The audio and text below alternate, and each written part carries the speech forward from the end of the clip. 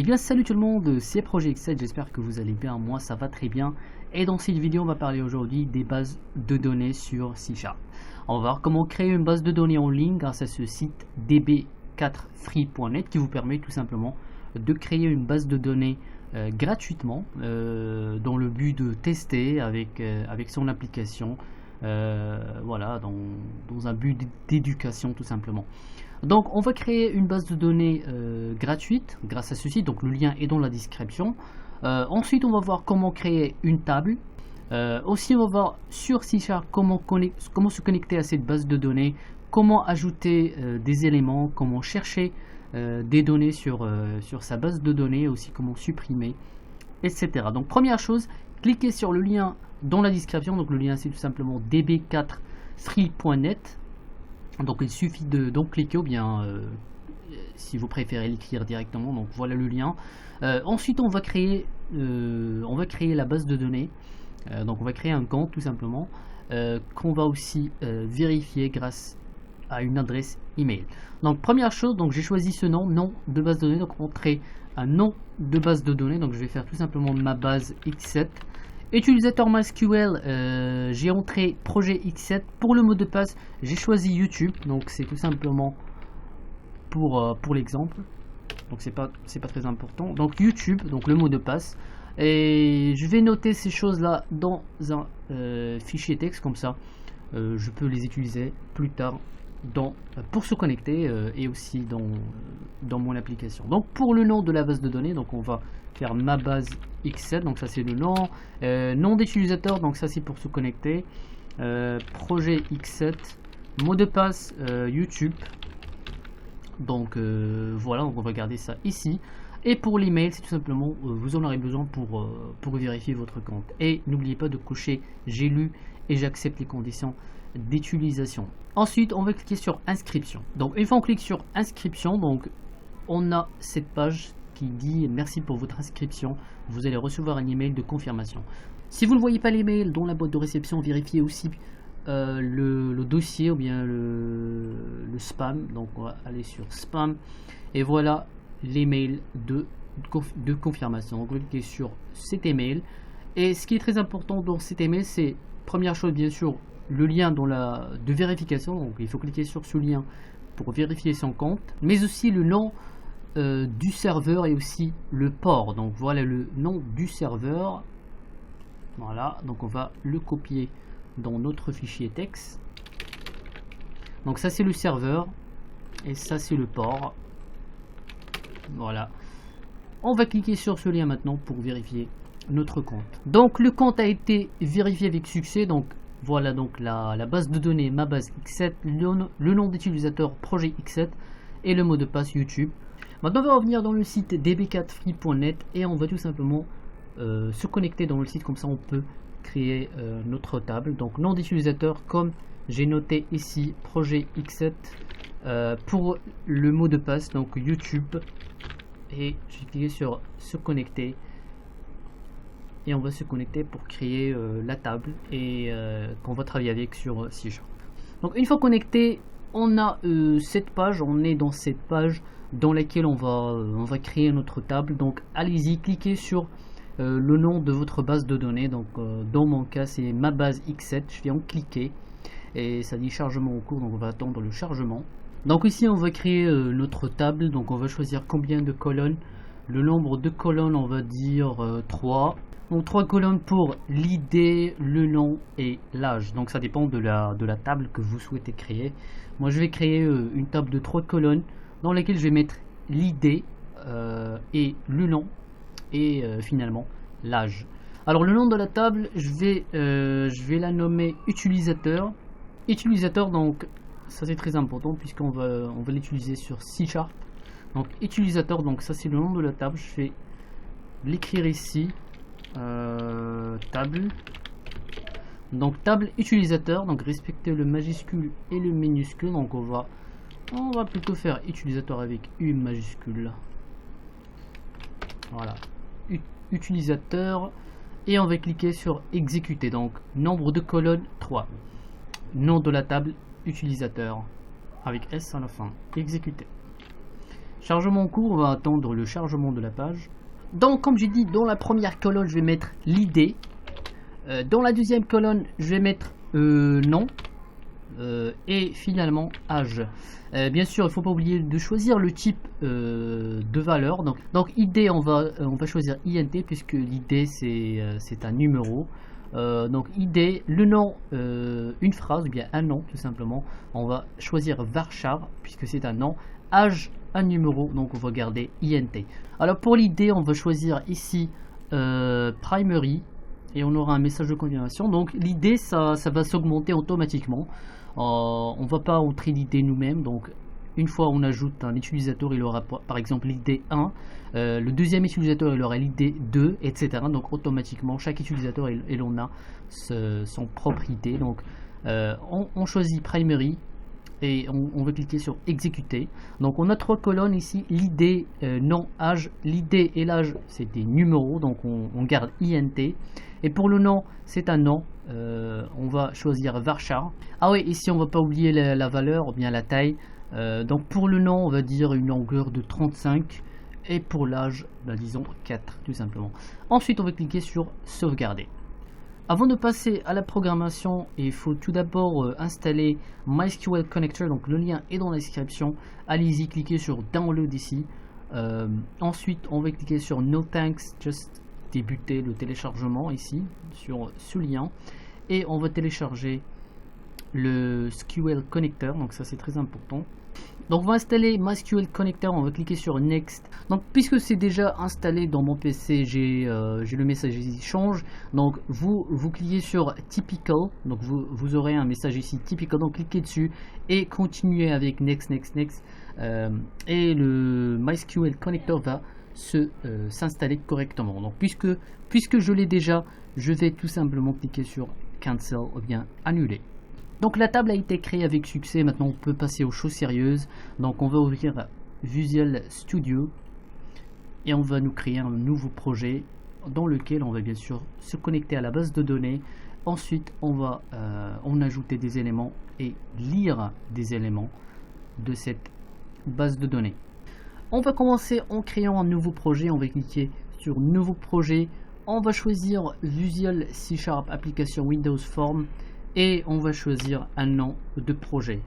Je vais tout simplement choisir base projet X7. J'ai cliqué sur OK. Alors on va commencer par se connecter à la base de données. On va tout simplement ajouter un bouton ici. Donc attendez, on va changer quelques propriétés. Donc Start Position, on va faire Center Screen pour la forme border style, je vais choisir fixe single et voilà, donc pas de maximisation. Maximize box, on va faire false. Pour la couleur derrière plan, donc back color, je vais choisir bien la couleur derrière plan, on va choisir le blanc. Voilà, donc on va ajouter un bouton. Donc on va aller sur la boîte d'outils et on va ajouter un bouton ici, un bouton qu'on va l'appeler se connecter et aussi se déconnecter. Puisqu'on va utiliser ce même bouton pour se connecter et aussi se déconnecter, je vais double-cliquer sur le bouton, mais avant je vais copier ce message ici, donc pour savoir si on veut se connecter ou bien se déconnecter. Donc on va double-cliquer sur le bouton et on va tout simplement faire une condition F pour vérifier le texte de ce bouton. Voilà, donc on va faire F, donc c'est bouton 1, bouton 1.text égale à se connecter. Donc si le message sur le bouton est se connecter, donc on sait que on veut se connecter, sinon donc else on veut se déconnecter. Donc première chose, donc avant de se connecter à une base de données, on va importer une référence, la référence MySQL. Donc on va aller sur projet, ajouter une référence et on va chercher MySQL. Donc c'est mysql.data. On a ici 3, donc on va essayer avec ça. On va cliquer sur, donc cocher ici près de mysql.data pour importer cette référence. On va cliquer sur OK et on va venir ici sur using. Donc on va utiliser cette référence. Donc on va faire using MySQL. Donc si une fois on commence à écrire, donc on a mysql.data. Donc si vous n'aurez pas MySQL ici, donc vérifiez bien, choisissez une autre référence. Donc on va revenir ici, donc ajouter une référence. On va écrire MySQL. Donc ça c'était la bonne. Sinon si ça marche pas ici, donc choisissez celle-ci ou bien celle-ci. Donc ça dépend des options que vous avez ici. Donc on va cliquer sur OK. On a importé cette référence. Maintenant on peut l'utiliser pour se connecter à cette base de données. Donc puisqu'on veut se connecter et garder la connexion active, disons, on veut pas juste se connecter et ensuite faire ce qu'on veut faire et se déconnecter par la suite. Donc on veut nous connecter, ou bien on veut se connecter et garder la connexion jusqu'à où on souhaite se déconnecter. Donc pour cela on va venir ici, on va pas le faire dans cet événement clic du bouton 1, on va plutôt venir ici dans un espace vide, ici par exemple, et on va déclarer notre méthode de connexion. Ah oui, avant ici on va écrire, après data on va faire MySQL client. Donc encore une fois, faites using mysql.data.mysql client, et ici dans un espace vide ici on va déclarer notre méthode de connexion. Donc on va écrire le mot clé MySQL client. Donc MySQL connexion, on va choisir un nom de variable, donc cn par exemple. Ensuite on va terminer avec un point virgule. Donc on a déclaré cette méthode ici. Ensuite ici on va revenir dans la méthode ou bien dans l'événement clic de se connecter. Donc ici c'est le bouton égal à se connecter. Donc on souhaite se connecter, on va faire cn égale à new, et ensuite MySQL connexion. Entre ces parenthèses on va passer les paramètres de connexion, on va faire en guillemets, on va écrire serveur, ou bien serveur égal, donc le serveur c'est ce qu'on a eu dans les mails. Donc vous pouvez aussi utiliser ça si vous comptez utiliser le même site, donc db4free.net, donc ça c'est le nom du serveur. Donc serveur avec er à la fin égal à dbfree.net, point virgule, ici on va entrer le port égal, et le port c'était 3306, point virgule, on va écrire le nom de la database, donc le nom de la base de données égal, et donc on va revenir ici, le nom de la base de données, donc c'était ma base x7, donc UID, ça c'est le nom d'utilisateur qu'on a choisi dans le site, donc c'était projet x7, et finalement PWD, ça c'est le mot de passe égal à YouTube, et finalement, et on finit avec un point virgule. Donc ça c'est entre guillemets. Donc serveur, ça c'est le nom du serveur égal à db4free.net, ça c'est le serveur de la base de données où se trouve cette base de données. Point virgule, on choisit le port, donc le port égal à 3306, point virgule, database ou bien base de données égale au nom de la base de données. Donc ça on l'a choisi quand on a créé notre compte. Donc base de données, ou bien le nom de la base de données, ma base x7, c'est ce que j'ai choisi. Le nom d'utilisateur UID égale à projet x7, point virgule, le mot de passe pwd égale à YouTube. Donc ça c'était le mot de passe. On va faire if cn.state ou bien état double égal à connexion state.closed. Donc ici on vérifie si la connexion est fermée. Si c'est le cas, on va l'ouvrir tout simplement. Donc cn.open, ça c'est très important pour ouvrir la connexion et pouvoir se connecter à la base de données. Ici on va utiliser une méthode de try catch pour éviter d'avoir une erreur, donc pour éviter de crasher l'application. Try, et on va faire catch, on va attraper l'erreur, donc exception ix, et pour montrer l'erreur on va faire messagebox.show et on va faire ex.message. Ça c'est pour montrer l'erreur au cas d'erreur. Dans try ici on peut bien sûr essayer ou bien tenter d'ouvrir la connexion à la base de données. Donc if cn.state, ça c'est pour vérifier l'état de connexion. Puis si l'état de connexion est fermé, donc la connexion est fermée, on va l'ouvrir avec cn.open. Alors ça c'est pour se connecter. Pour se déconnecter, ah oui, donc une fois on est connecté, on veut changer le texte de ce bouton. Donc on va faire bouton mais on va l'écrire directement. Après la connexion, on va faire bouton .text égale à se déconnecter. Ah ouais, il faut faire ER ici. Donc se connecter, donc une fois on est connecté, on veut tout simplement changer le texte du bouton à se déconnecter. Comme ça on peut passer à cette condition quand on veut se déconnecter. Ici dans cette case, ça veut dire qu'on veut se déconnecter. Donc pour se déconnecter, on va tout simplement faire cn.close, ou bien fermer. Ça c'est pour se déconnecter.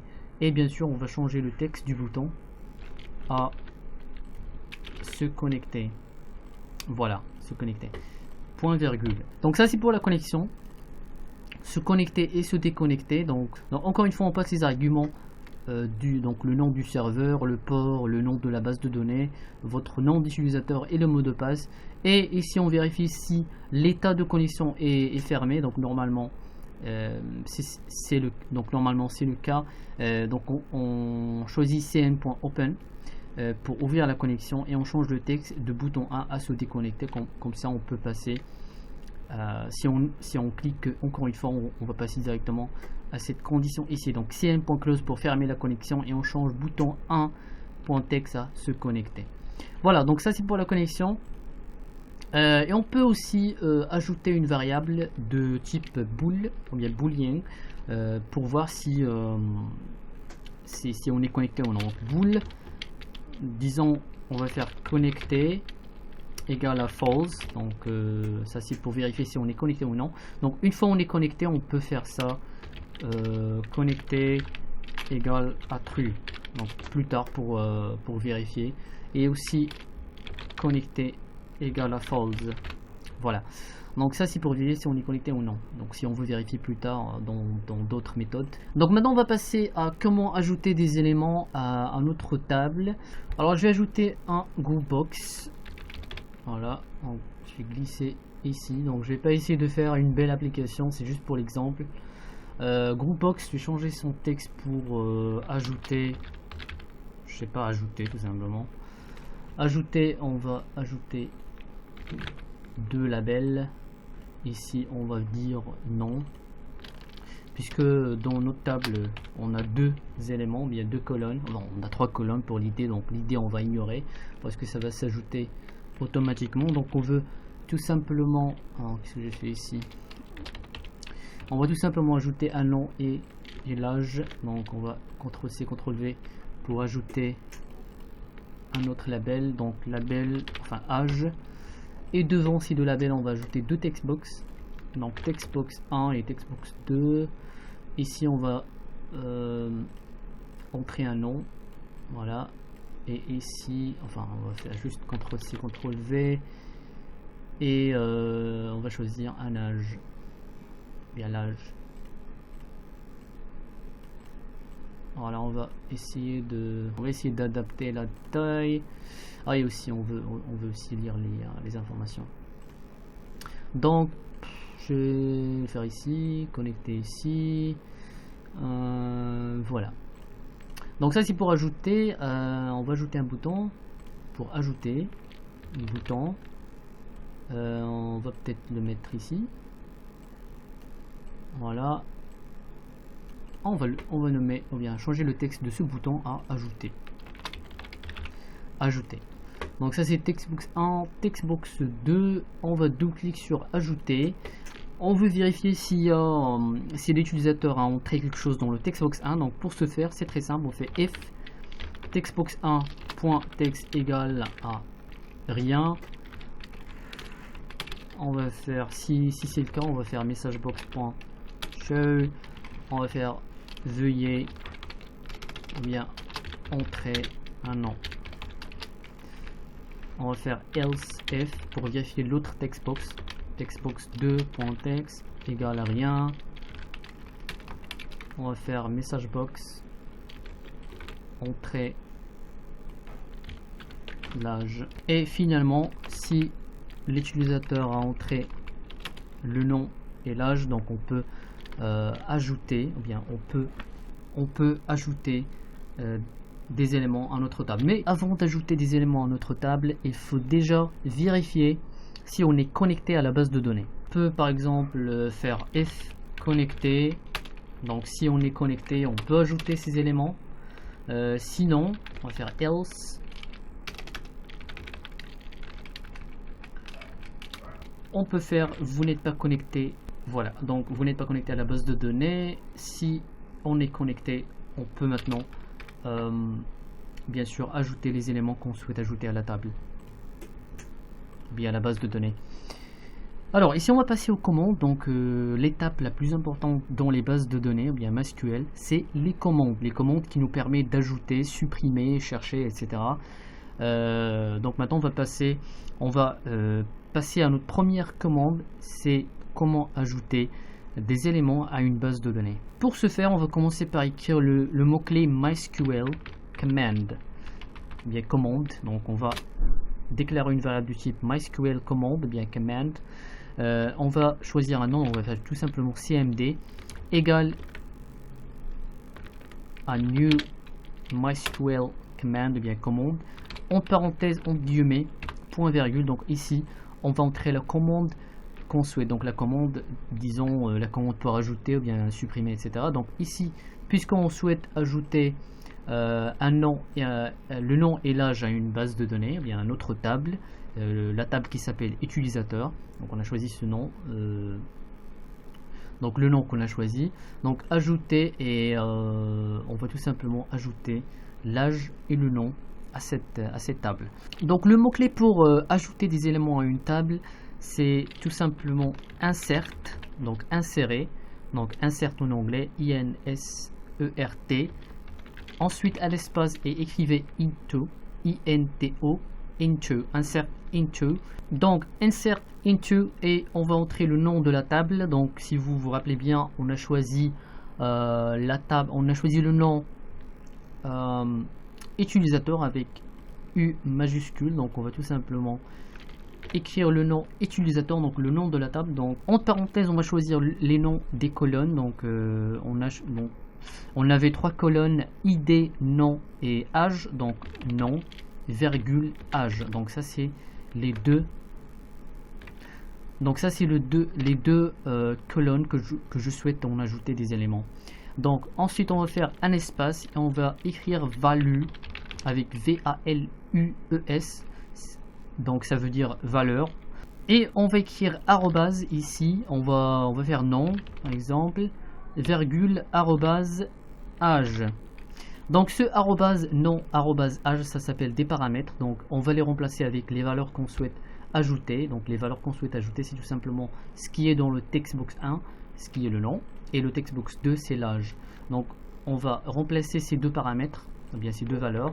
On va faire cmd.paramètres, voilà, point add with value, bien ajouter avec valeur.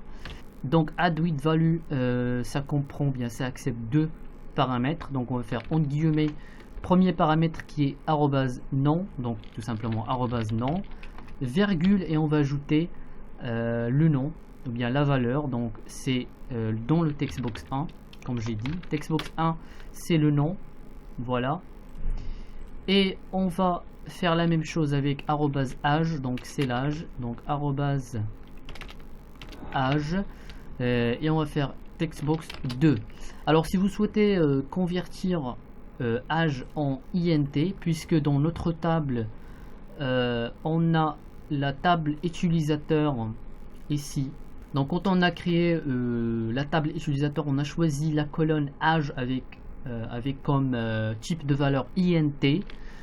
Donc on peut convertir ce textbox 2 en int en faisant avec la méthode int.parse, et entre parenthèses textbox 2. Donc on veut convertir textbox 2 qui est de type string en type int, donc int.parse pour convertir en int. Sinon vous pouvez garder si vous voulez.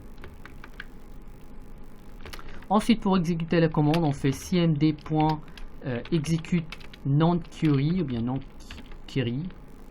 Ça c'est pour exécuter la commande. Ensuite, on va faire cmd.paramètres.clear pour vider les paramètres. Voilà, donc c'est fait. et on peut montrer par exemple une message box. On peut faire ajouter tout simplement. Et finalement, ça c'est très important, sur CMD, il faut faire virgule ici et entrer le nom de la connexion. C'est tout simplement la méthode ou bien la variable CN ici, MySQL Connection. Il faut l'ajouter après les paramètres. Donc CN, comme ça on peut indiquer de quelle base de données on parle. Donc encore une fois, CMD égale à new MySQL command et on entre la commande en parenthèse, enfin entre guillemets pardon, virgule et le nom de la connexion, bien le nom de la connexion à la base de données. Donc la connexion qu'on a créée ici, CN. Alors, comme j'ai dit avant, pour l'idée, ça s'augmente automatiquement, mais vérifiez bien que vous avez auto-increment coché dans votre colonne ici, comme auto-increment. Sinon, vous pouvez aller sur votre table ici, colonne ID par exemple. Donc si vous souhaitez que ça augmente automatiquement, sinon vous pouvez choisir la valeur vous-même. Donc ID, vérifiez bien que auto-increment ici est coché. Et maintenant on va tester l'application. On va démarrer et on va, première chose, se connecter pour se connecter à la base de données. Vous pouvez voir ici que le bouton a été changé à se déconnecter, ce qui montre que effectivement on est connecté. Maintenant on est libre d'entrer les valeurs qu'on souhaite. Donc on va choisir comme nom par exemple David. Pour l'âge on peut choisir 25.